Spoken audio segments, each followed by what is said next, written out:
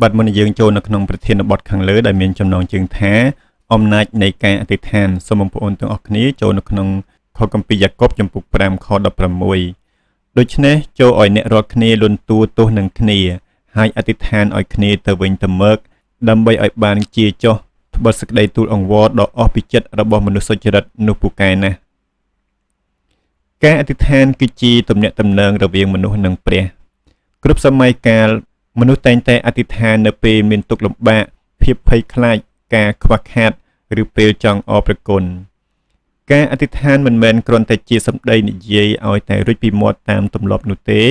ប៉ុន្តែជាការបង្ហាញពីជំនឿទុកចិត្តលើព្រះតើហេតុអ្វីបានជាបុគ្គលជាច្រើនក្នុងព្រះគម្ពីរ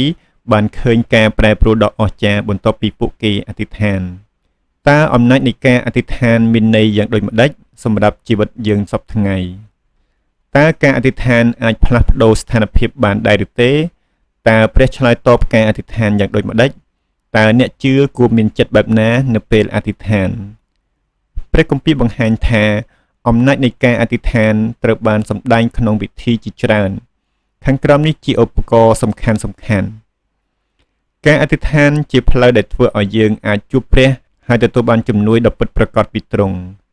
អំណាចរបស់វាបង្ហាញខ្លួនតាមរយៈការផ្លាស់ប្ដូរការការពារការផ្គត់ផ្គង់និងការស្ដារជីវិតឡើងវិញទី1ការរំដោះនិងការការពារពេលមនុស្សស្ថិតនៅក្នុងគ្រោះថ្នាក់ឬអារម្មណ៍ថាគ្មានផ្លូវចេញការអធិដ្ឋានអាចក្លាយជាកម្លាំងនាំឲ្យមានការរំដោះនិងការការពារជាមួយនៅក្នុងកិច្ចការជំពូក12ខ5ដល់ខ11ដូច្នេះគេក៏ឃុំពេត្រុសទុកនៅក្នុងគុកតែចំណែកខាងពួកជំនុំគេខំប្រឹងអធិដ្ឋានដល់ព្រះឲ្យគាត់អស់ពីចិត្តរីឯក្នុងការដែលស្ដេចហេរ៉ូតគិតនាំពេត្រុសមកនៅវេលាយប់នោះឯងគាត់ដេកនៅកណ្ដាលទាហាន2នាក់មានទាំងច្រវាក់2ខ្សែជាប់នៅខ្លួនហើយមានពួកទាហានចាំយាមនៅមាត់ទ្វាររក្សាគុកដែរនោះមើលមានទេវតានៃព្រះអម្ចាស់ឈរខាងគាត់ក៏មានពន្លឺផ្សាយមកក្នុងគុកទេវតានោះក៏គោះពីខាងចំហៀងដាស់គាត់ឡើងថាចូលក្រោកឡើងជាប្រញាប់នោះច្រវាក់ក៏ជ្រុះពីដៃគាត់ចេញរួចទេវតាប្រាប់ថាចូលក្រវ៉ាត់ខ្លួនហើយពាក់ស្បែកជើងទៅគាត់ក៏ធ្វើដូច្នោះហើយទេវតាប្រាប់ទៀតថាចូលពាក់អាវមកតាមខ្ញុំចុះនោះគាត់ចេញទៅតាមទេវតាអត់មានដឹងជាការដែលកើតមកដោយសារទេវតានោះជាពិតឬមិនពិតទេគឺគាត់ស្មានថាបានឃើញការជាក់ស្ដែងវិញការបានដើរផុតពីអ្នកយាមទី1រួចទី2នោះក៏មកដល់ទ្វារដែកដែលនាំចេញទៅខាងក្រៅទ្វារនោះក៏បើកឯងការបានចេញទៅផុតផ្លូវមួយហើយនោះស្រាប់តែទេវតាឃ្លាតចេញពីគាត់បាត់ទៅលុះពេត្រុសដឹងខ្លួនឡើងក៏នឹកឃើញថាឥឡូវនេះអញដឹងប្រកាសថាព្រះអម្ចាស់បានចាត់ទេវតានៃទ្រង់ឲ្យមកដោះអញឲ្យរួចពីកណ្ដាប់ដៃនៃស្ដេចហេរ៉ូតហើយពីគ្រប់ទាំងបំណងដែលសាសយូដាបានរងចាំដែរពេលពេត្រុសត្រូវបានចាប់ឃុំប៉ុន្តែពួកជំនុំបានអធិដ្ឋានដោយខ្លាំងក្លាព្រះបានបញ្ជូនទេវតាមករំដោះគាត់ចេញពីគុកខគម្ពីរនេះបង្ហាញថាការអធិដ្ឋានរួមគ្នាមានអំណាចព្រះអាចបើកផ្លូវដែលមនុស្សមិនអាចបើកបាននិងរំដោះពីអ្វីដែលចាក់សោជីវិតរបស់យើងនៅពេលយើងប្រឈមមុខនឹងគ្រោះថ្នាក់ឬការវាយប្រហារផ្សេងការពឹងផ្អែកលើព្រះក្នុងការអធិដ្ឋានជួយឲ្យយើងមានសេចក្តីសុខក្នុងចិត្តនិងការការពារផ្លូវខាងវិញ្ញាណទំនុកដំកើងជំពូក91ខ1ដល់ខ2អ្នកណាដែលនៅជាប់ក្នុងទីកំបាំងនៃព្រះដ៏ខ្ពស់បំផុតនោះនឹងបានជ្រកនៅក្រោមម្លប់នៃព្រះដ៏មានគ្រប់ព្រះចេស្តាឯទូលបង្គំនឹងពោលពីព្រះយេហូវ៉ាថាទ្រង់ជាទីពឹងពំនាក់ជាបន្ទាយនៃទូលបង្គំគឺជាព្រះនៃទូលបង្គំហើយទូលបង្គំទុកចិត្តនឹងទ្រង់អ្នកដែលជ្រកក្រោមម្លប់នៃព្រះនឹងស្ថិតក្នុងការការពាររបស់ទ្រង់ការអធិដ្ឋានដូចជាការចូលទៅជ្រកក្រោមម្លប់នៃព្រះវាមិនមានន័យថាមិនជួបបញ្ហាទេប៉ុន្តែមានន័យថាព្រះនៅជាមួយយើងនិងការពារយើងនៅក្នុងបញ្ហានោះដូច្នេះការអធិដ្ឋានមិនត្រឹមតែសុំអ្វីមួយនោះប៉ុណ្ណោះទេប៉ុន្តែជាអំណាចនាំទៅកាន់ការរំដោះនិងការការពារពីព្រះចំណុចទាំងនេះបង្ហាញថា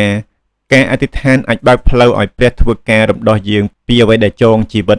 និងការការពារយើងពីគ្រោះថ្នាក់ដែលមើលមិនឃើញចំណុច2ការផ្គត់ផ្គង់និងការបំពេញតម្រូវការ មនុស្សគ្រប់រូបតែងមានតម្រូវការផ្សេងៗគ្នាដូចជាអាហារការងារសុខភាពនិងការរស់នៅប្រចាំថ្ងៃការអធិដ្ឋានជួយឲ្យយើងប្រគល់តម្រូវការទាំងនេះទៅព្រះយើងមើលនៅក្នុងម៉ាថាយចំពុក6ខ31ដល់ខ33ដូច្នេះកុំឲ្យខ្វល់ខ្វាយថាតើត្រូវបរិភោគអ្វីឬស្លៀកពាក់អ្វីនោះឡើយត្បិតគឺជាសាសដតីទេតាដែលខំស្វែងរករបស់ទាំងនោះវិញឯព្រះបិតានៃអ្នករាល់គ្នាដែលគង់នៅស្ថានសួគ៌ទ្រង់ជ្រាបហើយថាអ្នករាល់គ្នាត្រូវការនឹងរបស់ទាំងនោះដែរចូលស្វែងរកនគរនិងសេចក្តីសុចរិតនៃព្រះជាមុនសិនទើបគ្រប់របស់ទាំងនោះនឹងបានប្រទានមកអ្នករាល់គ្នាថែមទៀតផងព្រះយេស៊ូវបង្រៀនមិនឲ្យព្រួយបារម្ភអំពីអ្វីដែលត្រូវបរិភោគឬស្លៀកពាក់តែឲ្យស្វែងរកនគរព្រះជាមុនសិនការអធិដ្ឋានជួយឲ្យយើងផ្ដោតលើព្រះជាមុនមិនមែនលើការភ័យខ្លាចព្រះទ្រង់ដឹងតម្រូវការរបស់យើងហើយអាចផ្គត់ផ្គង់តាមវេលាដ៏ត្រឹមត្រូវនៅពេលយើងអធិដ្ឋានដោយជំនឿយើងកំពុងទុកចិត្តថាព្រះមិនដែលភ្លេចកូនរបស់ទ្រង់ឡើយយើងមើលនៅក្នុងភីលីបចំពុក4ខ19ព្រះនៃខ្ញុំទ្រង់នឹងបំពេញគ្រប់ទាំងអស់ដែលអ្នករាល់គ្នាត្រូវការតាមភោគសម្បត្តិនៃទ្រង់ដ៏ឧត្តមក្នុងព្រះគ្រីស្ទយេស៊ូវពោលធានាចំពោះជំនឿថាព្រះនឹងផ្គត់ផ្គង់តម្រូវការទាំងអស់របស់អ្នកជឿខគម្ពីរនេះលើកទឹកចិត្តថាព្រះមិនត្រឹមតែលើការអធិដ្ឋានទេតែទ្រង់ក៏មានសមត្ថភាពបំពេញតម្រូវការរបស់យើងផងដែរដូច្នេះការអធិដ្ឋានមិនមែនបំពេញតែសេចក្តីប្រាថ្នាផ្ទាល់ខ្លួនទេប៉ុន្តែជាការបើកចិត្តឲ្យព្រះផ្គត់ផ្គង់តាមប្រាជ្ញានិងព្រះハរតីរបស់ទ្រង់ចំណុចនេះបង្ហាញថាការអធិដ្ឋានជួយឲ្យយើងរៀនទុកចិត្តលើព្រះក្នុងគ្រប់តម្រូវការហើយទទួលស្គាល់ថាទ្រង់ជាអ្នកផ្គត់ផ្គង់ដ៏ពិតប្រាកដចំណុចទី3ការព្យាបាលនិងការស្ដារឡើងវិញនៅពេលជីវិតរងរបួសដោយសារជំងឺបញ្ហាផ្លូវចិត្តឬភាពខូចខាតខាងវិញ្ញាណការអធិដ្ឋានអាចនាំមកនូវការព្យាបាលនិងការស្ដារឡើងវិញជាមុននៅក្នុងយ៉ាកុបចំពុក5ខ14ដល់ខ15តើមានអ្នករាល់គ្នាណាឈឺឬទេត្រូវឲ្យអ្នកនោះហៅពួកចាស់ទុំក្នុងពួកជំនុំមកអធិដ្ឋានឲ្យចុះព្រមទាំងលាបប្រេងឲ្យដោយនៅព្រះនាមព្រះអង្គម្ចាស់ផងនោះពាក្យអធិដ្ឋាននៃសេចក្តីជំនឿនឹងជួយសង្គ្រោះដល់មនុស្សហេវនោះហើយព្រះអង្គម្ចាស់ទ្រង់នឹងប្រោះឲ្យគាត់បានជាឡើងបើគាត់បានធ្វើបាបអ្វីនោះនឹងបានអត់ទោសឲ្យផងប្រសិនបើមានអ្នកឈឺសូមឲ្យគេអធិដ្ឋាននិងសូមពួកចាស់ទុំអធិដ្ឋានលើគាត់ខគម្ពីរនេះបង្ហាញថាការអធិដ្ឋានមានតួនាទីសំខាន់ក្នុងការស្ដារសុខភាពនិងជីវិតឡើងវិញព្រះអាចប្រើការអធិដ្ឋានដើម្បីការព្យាបាលតាមរបៀបផ្សេងៗការអធិដ្ឋានមិនត្រឹមតែមានឥទ្ធិពលដល់រាងកាយប៉ុណ្ណោះទេប៉ុន្តែថែមទាំងមានឥទ្ធិពលដល់ចិត្តនិងវិញ្ញាណផងដែរ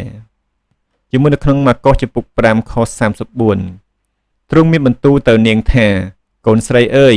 សេចក្តីជំនឿនាងបានជួយសង្គ្រោះនាងហើយចូលទៅឲ្យបានប្រកបដោយសេចក្តីសុខចុះហើយឲ្យនាងបានរួចពីសេចក្តីវេទនារបស់នាងទៅស្ត្រីម្នាក់ដែលរងទុក្ខយូរឆ្នាំត្រូវបានព្រះយេស៊ូវប្រទានសេចក្តីសុខនិងការជាសះស្បើយខគម្ពីរនេះបង្ហាញថាជំនឿដែលបញ្ចេញតាមការទូលសូមទៅព្រះអាចនាំឲ្យមានការស្ដារឡើងវិញទាំងផ្លូវកាយនិងផ្លូវចិត្តដោយហេតុនេះការអធិដ្ឋានជាផ្លូវមួយដែលព្រះអាចប្រើដើម្បីស្ដារអ្នកដែលខូចខាតឲ្យមានសុខភាពនិងក្តីសង្ឃឹមឡើងវិញចំណុចនេះបង្ហាញថាការអធិដ្ឋានអាចនាំមកនូវការព្យាបាលពេលដែលមនុស្សប្រកបភាពទន់ខ្សោយរបស់ខ្លួនទៅក្នុងព្រះហស្ថរបស់ព្រះចំណុចទី4ជ័យជំនះលើឧបសគ្គនិងសត្រូវជីវិតគ្រីស្ទបរិសុទ្ធមិនគ្មានសង្គ្រាមឬឧបសគ្គទេប៉ុន្តែការអធិដ្ឋានជួយឲ្យយើងទទួលបានជ័យជំនះលើអ្វីដែលប្រឆាំងនឹងយើងនិខមនាងចំពុក17ខ11ដល់ខ13បើកាលណាម៉ូសេលើកដៃឡើងទៅលើនោះខាងសាសអ៊ីស្រាអែលមានកម្លាំងជាងតែបើកាលណាម៉ូសេដាក់ដៃសម្រាកចុះនោះខាងសាសអាម៉ាឡេកមានកម្លាំងជាងវិញតែម៉ូសេទៅជារួយដៃណាស់បានជាគេយកថ្មមកដាក់ឲ្យលោកអង្គុយចុះដូចអេរ៉ុននិងហឺក៏ឈរទ្រើដៃលោកទាំងសងខាងដូច្នេះដៃលោកបាននៅនឹងដដែលដរាបដល់ថ្ងៃលិចយូស្វេក៏បានឈ្នះអាម៉ាឡេកព្រមទាំងពលទ័ពគេដោយមុខដាវពេលម៉ូសេអធិដ្ឋាននិងលើកដៃឡើងអ៊ីស្រាអែលទទួលបានជ័យជំនះលើអាម៉ាឡេកខគម្ពីរនេះបង្ហាញថាការអធិដ្ឋានតាក់ទងជាមួយនឹងជ័យជំនះពេលរាជនៃព្រះនៅក្នុងការអធិដ្ឋាន សង្គ្រាមអាចផ្លាស់ប្ដូរទៅជាជ័យជំនះបានមិនថាជាបញ្ហាផ្លូវគំនិតបញ្ហាផ្លូវចិត្តឬសត្រូវដែលមើលមិនឃើញការអធិដ្ឋានជួយឲ្យយើងឈរនឹងមាំមួនយើងមើលនៅក្នុងរបារខ្សត្រខ្សែទី2ចំពុក20ខ21ដល់ខ22ស្អែកឡើងគេក្រោយពីព្រលឹមស្រាងចេញទៅឯទីរហោស្ថានតកោអាកំពុងដែលគេចេញទៅនោះយូសាផាតទ្រង់ឈើមានបន្ទូលថាពួកយូដានិងពួកអ្នកនៅក្រុងយេរូសាឡឹមអើយចូលស្ដាប់យើងចុះចូលឲ្យមានសេចក្តីជំនឿជឿដល់ព្រះយេហូវ៉ាជាព្រះនៃអ្នករាល់គ្នាទើបអ្នករាល់គ្នានឹងបានខ្ជាប់ខ្ជួនចូលជឿតាមពួកហោរារបស់ទ្រង់ទើបអ្នករាល់គ្នានឹងប្រកបដោយសេចក្តីចម្រើនរួចការទ្រង់បានពិគ្រោះនឹងបណ្ដាជនហើយនោះទ្រង់ក៏តម្រូវឲ្យមានពួកអ្នកដែលត្រូវច្រៀងថ្វាយព្រះយេហូវ៉ាហើយពោលសរសើរដោយស្លៀកពាក់ជាប្រដាប់បរិសុទ្ធក្នុងការដែលគេនាំមុខពួកទ័ពចេញទៅដោយពោលថាចូលអរព្រះគុណដល់ព្រះយេហូវ៉ាចុះត្បិតសេចក្តីសប្បុរសរបស់ទ្រង់នៅជាប់អស់កលជានិច្ចពេលយូសាផាតនិងប្រជាជនអធិដ្ឋានព្រះបានធ្វើឲ្យសត្រូវវឹកវរហើយប្រទានជ័យជំនះខគម្ពីរនេះបង្ហាញថាព្រះអាចធ្វើការដោយវិធីដែលមនុស្សមិនអាចគិតដល់ការអធិដ្ឋានបើកផ្លូវឲ្យព្រះធ្វើសកម្មភាពលើសពីកម្លាំងរបស់មនុស្សអំណាចនៃការអធិដ្ឋានធ្វើឲ្យយើងមិនចាញ់ឧបសគ្គប៉ុន្តែឈ្នះដោយសេចក្តីជំនឿចំណុចទាំងនេះបង្ហាញថា